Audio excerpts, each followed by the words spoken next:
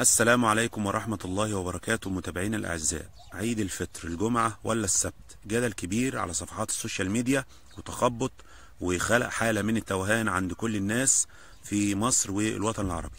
طيب ايه هي الحكاية؟ مبدئيا كده نرجع لحديث النبي عليه الصلاة والسلام، واللي بيقول فيه صوموا لرؤيته وافطروا لرؤيته. طيب احنا لو خدنا بظاهر النص يبقى لازم نشوف الهلال سواء بالعين المجردة او باي وسيلة اخرى زي التلسكوبات. وطبعا ده لو كان موجود ايام النبي عليه الصلاة والسلام تلسكوبات كان خد بيها وكانوا شافوا بيها الهلال. تاني شيء، لو خدنا غاية النص اللي هو رؤية الهلال او اثباته باي طريقة اخرى، فاحنا هنا ممكن نثبته عن طريق الحسابات الفلكية.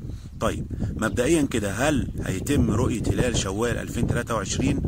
نرجع ونقول ان الهلال السنة دي هيتولد يوم الخميس الموافق 29 رمضان صباحا، وهيغرب بعد غروب الشمس بحوالي ربع ساعة في مدينة القاهرة.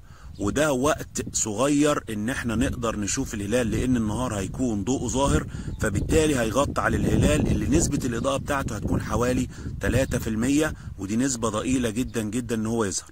وعليه عشان نشوف الهلال بصورة واضحة لازم يتم استخدام تقنية عالية جدا جدا وتلسكوبات عالية جدا جدا عشان نقدر نشوف الهلال، لكن عن طريق العين المجردة او عن طريق التلسكوبات العادية مش هيتم رؤية الهلال مطلقا. طيب ايه الحل بالنسبة للسنة دي؟ دار الافتاء المصرية قدامها حلين.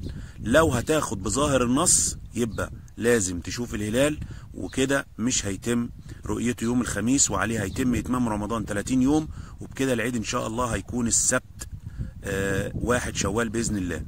طب لو تم اعتماد الحسابات الفلكية هيكون العيد ان شاء الله يوم الجمعة، هيوافق 1 شوال. وايا ما كان العيد الجمعة او السبت، نقول لحضراتكم كل عام وانتم بخير، وينعاد عليكم دايما بالخير، ويا رب بلدنا وامتنا العربية والاسلامية بخير.